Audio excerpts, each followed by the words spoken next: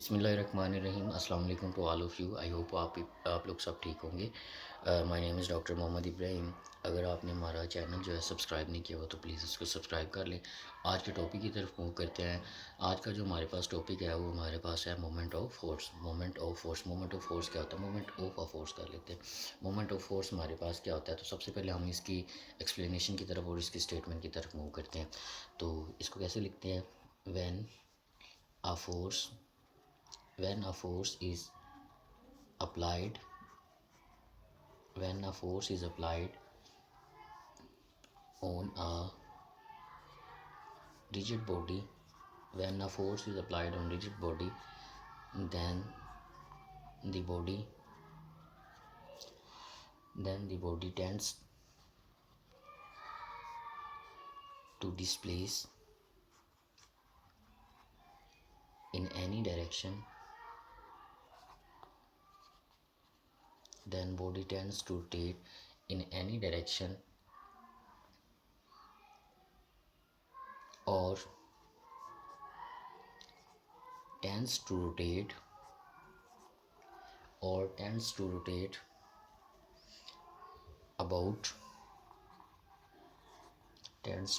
about one of its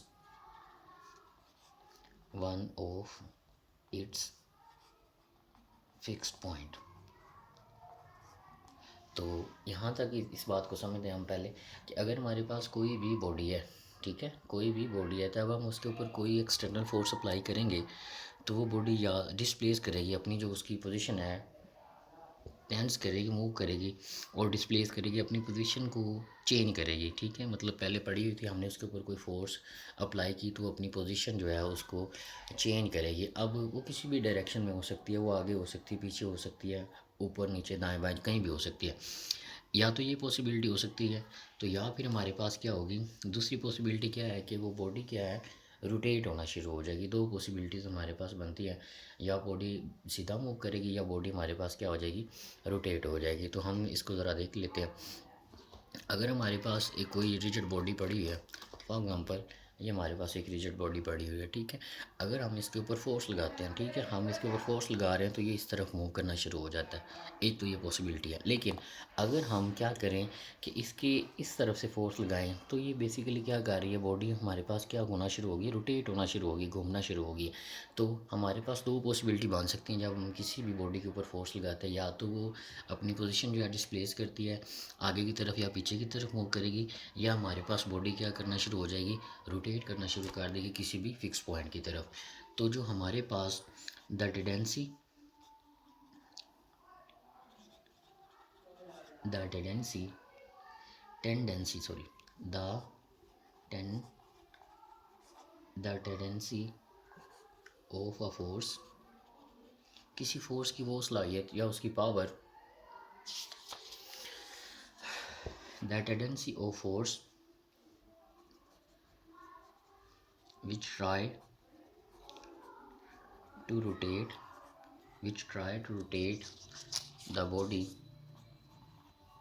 which try to rotate the body about one of its fixed point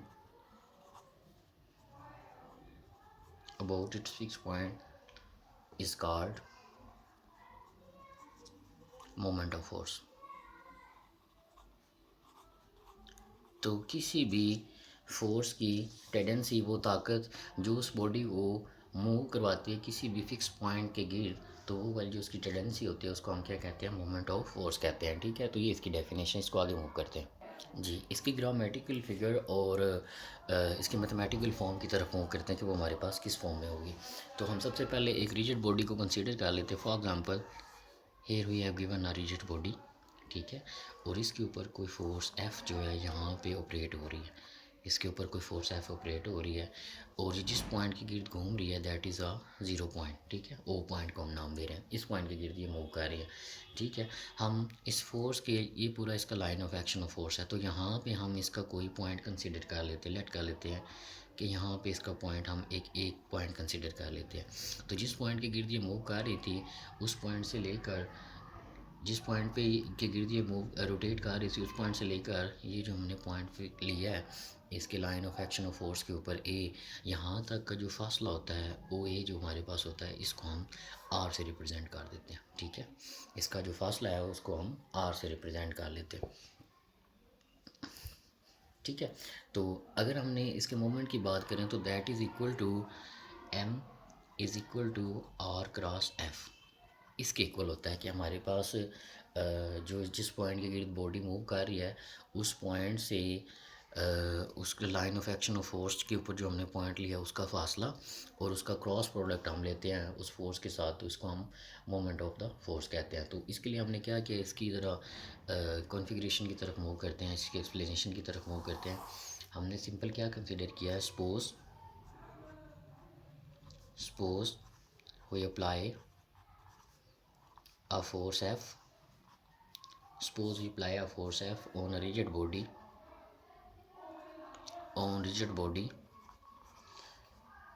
and body is rotated about a point called O, या zero कह सकते हैं हम। Now we take any point A on the line of action of force, जो हमारे पास force थी उसके ऊपर हमने एक पॉइंट लिया है A, एंड उसका जो ओरिजिन से जिसके गिर्द बॉडी मूव कर रहा है उस पॉइंट ओ से लेकर ए तक का जो फासला है वो हमारे पास किसके इक्वल है, O A is equal to R. यहाँ पे भी हम लिख सकते हैं, ठीक है, इम्प्लाइज करके O A is equal to R. Then तब हम मोमेंट ऑफ द फोर्स को हम कैसे रिप्रेजेंट करते हैं, that is equal to presented by capital M and is equal to cross product of R cross F. R और F का हम क्या लेते हैं, क्रॉस प्रोडक्ट लेते हैं। तो अगर हम और इनके दरमियान जो हमारे पास थीटा है वो कितना बन रहा होगा उसको हम देखते हैं। अगर हम इसके क्रॉस सेक्शन को थोड़ा सा आगे मूव कर दें, ठीक है, तो ये वाला जो एंगल है अगर ये थीटा है तो इसके क्रॉसपोंडिंग ये वाला जो एंगल होगा ये भी थीटा होगा। तो हमारे पास आर और हमारे पास जो एफ है, ये दो वेक्टर्स जो थे हमारे पास, इनके दरमियान जो एंगल है वो हम क्या ले रहे हैं, थीटा ले रहे हैं। लेट कर लेते हैं कि हमारे पास आर और एफ के दरमियान जो एंगल है वो हमारे पास थीटा है।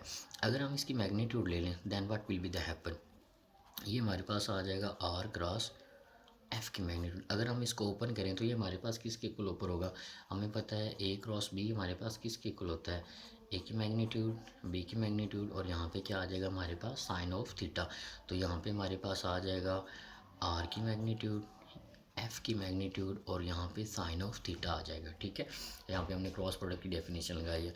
अब ये हमारे पास वेक्टर थे, जब हमने इनकी मैग्नीट्यूड ली तो हम इनको सिंपल आर से रिप्रेजेंट कर सकते हैं और फोर्स थी हमने उसकी मैग्नीट्यूड ली तो हम इसको सिंपल एफ से रिप्रेजेंट कर सकते हैं और ये हमारे पास साइन थीटा आ जाएगा और ये हमारे पास क्या इसके इक्वल आ रहा है, एम के इक्वल आ रहा है।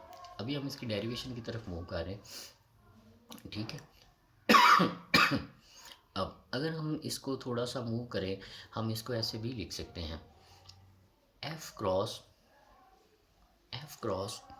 सॉरी इसको हम लिख सकते हैं क्योंकि अब ये मैग्नीट्यूड बन गए पहले तो, क्योंकि R cross F does not equal to F cross R. ठीक है, तो क्रॉस प्रोडक्ट्स आपस में कोमोडेटिव नहीं होता तो हम उसको आर क्रॉस एफ को एफ क्रॉस आर नहीं लिख सकते। लेकिन यहाँ पे अब ये हमारे पास वेक्टर नहीं रहेगी, हमारे पास इनकी मैग्नीट्यूड्स बन गई तो हम इनको रिप्लेस कर सकते हैं। ठीक, तो ये आ जाएगा F into R sine theta, इसको हम लिख सकते हैं। हम इसकी वैल्यू कैलकुलेट करने की कोशिश करते हैं कि इसकी वैल्यू हमारे पास क्या आएगी। तो इसकी वैल्यू की कैलकुलेट करने के लिए हम क्या करते हैं, हम लेट कर लेते हैं कि हम ओ से ये जो पॉइंट हमारे पास ओ था जो जिसकी गिर्द बॉडी रिजिड बॉडी जो है मूव कर रही थी, हम यहाँ से एक परपेंडिकुलर ड्रा करते हैं। हम जो यहाँ पे परपेंडिकुलर ड्रा करते हैं उसको हम एल पॉइंट के ऊपर एक परपेंडिकुलर ड्रा करते हैं इस line of action of force के ऊपर और हमारे पास ओ से एल जो परपेंडिकुलर ड्रा किया है हमने line of action of force के ऊपर, उसको हम लेट कर लेते हैं कि वो डी के इक्वल है। तो अगर आप यहाँ पे गौर करें तो ये हमारे पास एक राइट ट्रायंगल बन जाएगी, यहाँ पे 90 डिग्री का एंगल बनेगा, ठीक है। तो थीटा के सामने वाली साइड हमारे पास क्या होती है, परपेंडिकुलर होती है, ये हमारी बेस बन जाएगी और ये हमारी क्या बन जाएगी, हाइपोटेनस बन जाएगी। तो अगर हम थोड़ा सा गौर करें तो ये हमारे पास हम देखें एस, यहाँ पे लाइन लगा लेते हैं, ठीक है। हम देखते हैं कि ट्रायंगल हमारे पास जो ओ एल ए जो हमारे पास ये ट्रायंगल है, ठीक है, इसके अंदर अगर हम साइन थीटा की वैल्यू कैलकुलेट करना चाहें तो साइन थीटा हमारे पास क्या होता है, परपेंडिकुलर ओवर हाइपोटेनस। तो परपेंडिकुलर यहाँ पे हमारे पास क्या है, ओ एल। तो ओ एल हमारे पास परपेंडिकुलर है और हाइपोटेनस हमारे पास क्या है, ओ ए। तो ओ ए की यहाँ पे हम न्यूमेरिकल वैल्यू जो है वो यूज़ कर रहे हैं। ओ एल हमारे पास किसके इक्वल है, that is equal to D, और ओ ए हमारे पास किसके इक्वल है, that is equal to R, ठीक है। ओ ए हमारे पास आर के इक्वल है और ओ एल हमारे पास डी के इक्वल है। तो ये सिंपली हम यहाँ से अगर आर को इधर मल्टीप्लाई करें तो हमारे पास जो डी की है वैल्यू क्या आ जाएगी, आर साइन थीटा हमारे पास आ जाएगा। तो हम आर साइन थीटा, ये जो डी की वैल्यू आई है इसको हम यूज़ कर लेते हैं यहाँ पे आर साइन थीटा की जगह पे। क्या करने लगे हम कि आर साइन थीटा की जगह पे हमारे पास ये जो डी की वैल्यू है हम इसको पुट करने लगे हैं। हम ये जो मोमेंट जिससे हम रिप्रेजेंट कर रहे हैं मोमेंट ऑफ फोर्स को, उसको हम कैपिटल एम से रिप्रेजेंट कर रहे हैं। हम इसकी जो मैग्नीट्यूड लेट कर लेते हैं कि वो जी के इक्वल है। इसको लेट किया है हमने कि इसकी मैग्नीट्यूड किसी नंबर जी के इक्वल है, ठीक है। तो ये हमारे पास एफ आ जाएगा और इस आर साइन थीटा की जगह पे हमारे पास क्या आ जाएगा, डी आ जाएगा, ठीक है। तो हमारे पास मोमेंट ऑफ फोर्स की जो मैग्नीट्यूड है वो ये हमारे पास बन जाएगी एफ और डी का प्रोडक्ट लेने से बन जाएगी, ठीक है। बेसिकली यहाँ पे ये हमारे पास क्या है, ये हमारे पास प्रोडक्ट है फोर्स का, और डी हमारे पास क्या है, ये परपेंडिकुलर डिस्टेंस है।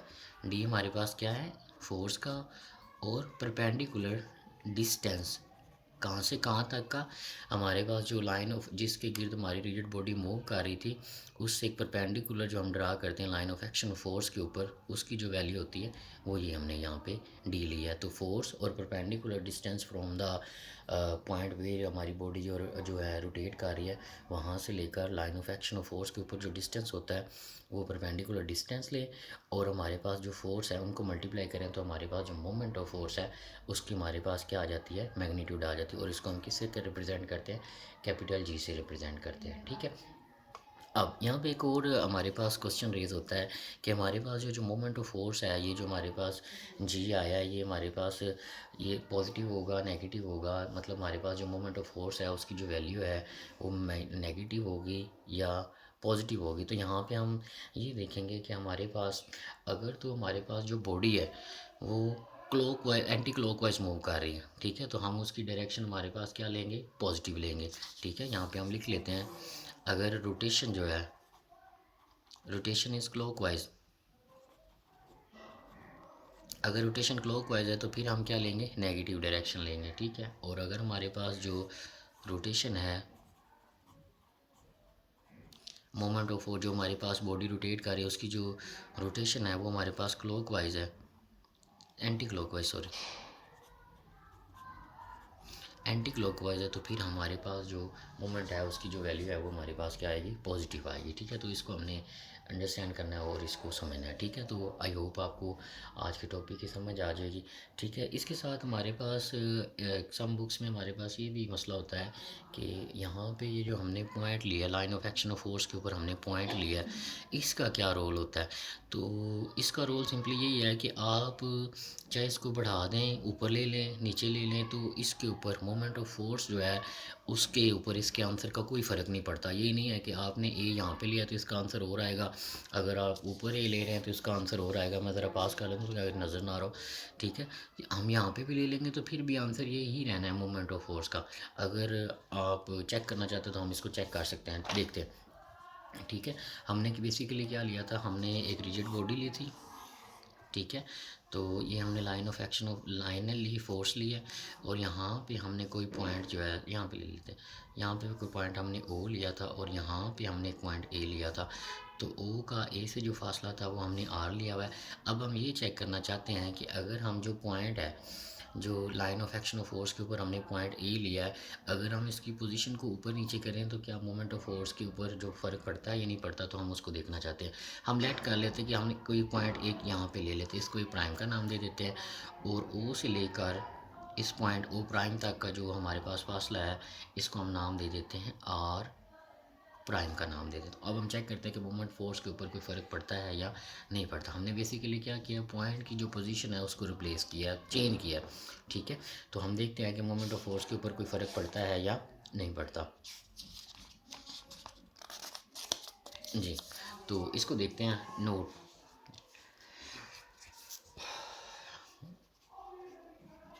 Take any point A prime on line of action of force.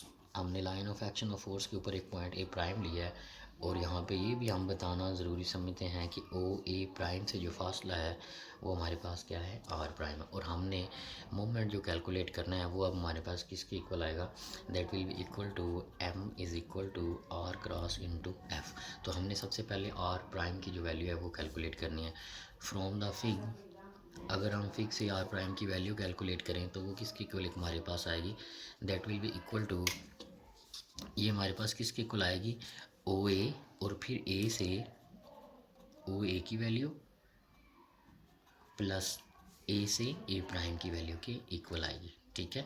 तो हमारे पास ए प्राइम की वैल्यू के ओ से ए वैल्यू, ठीक है, और ए से ए प्राइम वैल्यू उसके इक्वल आएगी। तो ओ ए की जो हमारे पास वैल्यू है वो हमारे पास किसके इक्वल है, तो अभी हम सिंपली ये हमारे पास आर की वैल्यू है, इसकी जगह पे इसकी वैल्यू पुट करते हैं, देखते हैं क्या बनता है। इसको क्वेश्चन नंबर ए का नाम देते हैं। मैं दोबारा रिपीट कर देता हूँ कि हम आर प्राइम की वैल्यू निकालना चाह रहे हैं। आर प्राइम की वैल्यू हमने कैसे ली है, ओ से ए वैल्यू और ए से ए प्राइम वैल्यू, ये हमने ली है, इसको इसकी जगह पे पुट करते हैं। तो ये हमारे पास किसके इक्वल आ जाएगा, that will be equal to O A plus A से, सॉरी मैं ए प्राइम लिख ए वन लिख रहा हूँ, ये सिंपल ए है, ठीक है। तो इसका हमने क्रॉस प्रोडक्ट लेना है किसके साथ, एफ के साथ। तो ये हमारे पास क्या बन जाएगा, that will be equal to O A cross F plus A into A prime, ठीक है, क्रॉस एफ। ओ ए हमारे पास किसके इक्वल है, आर के इक्वल है, ये एफ आ जाएगा। अब इसका रोला रह गया, अगर आप थोड़ा सा गौर करें तो ये इसकी डायरेक्शन है, तो ए से ए प्राइम, ए से ए प्राइम, ठीक है, और जो एफ है इनका क्रॉस प्रोडक्ट लेना है। लेकिन अगर आप यहाँ पे गौर करें तो ये दोनों एक दूसरे के पैरेलल जा रहे हैं। तो अगर ये पैरेलल जा रहे हैं तो या तो इनके अंदर में एंगल ज़ीरो है, या मतलब अगर ये पैरेलल हैं तो हमारे पास जो क्रॉस प्रोडक्ट है इनका वो हमारे पास किसके इक्वल आएगा, वो हमारे पास ज़ीरो के इक्वल आएगा। तो जो हमारे पास यहाँ पे क्रॉस प्रोडक्ट है उनका वो किसके इक्वल आ जाएगा, ज़ीरो का, क्योंकि ये हमारे पास ए प्राइम और एफ जो दोनों फोर्स हैं, ये दोनों वेक्टर हैं, ये आपस में क्या है, पैरेलल है। तो अगर ये हमारे पास पैरेलल है तो इनका दरमियान एंगल हमारे पास ज़ीरो हो सकता है, ठीक है।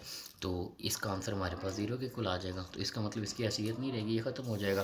तो हमारे पास जो मोमेंट ऑफ फोर्स है that will be equal to R cross F. तो हमने ये देखा कि हमारे पास जो मोमेंट का फार्मूला होता है वो आर क्रॉस एफ ही आता है, ठीक है। चाहे हमारा पॉइंट जो है वो यहाँ पे पड़ा हो या हमारा पॉइंट यही प्राइम पे पड़ा हो, जिस मर्जी पोजीशन पे हम line of action of force के ऊपर हमारा जो पॉइंट है उसको ले लें तो उसके ऊपर मोमेंट ऑफ फोर्स का जो है फॉर्मूला जो उसके ऊपर कोई असर नहीं होता, ठीक है। तो इसको आपने अंडरस्टैंड रखना है। आई होप आपको इसकी समझ आ गई होगी, तो आपने इसको अच्छे तरीके से कर लेना है, ठीक है। Thank you very much.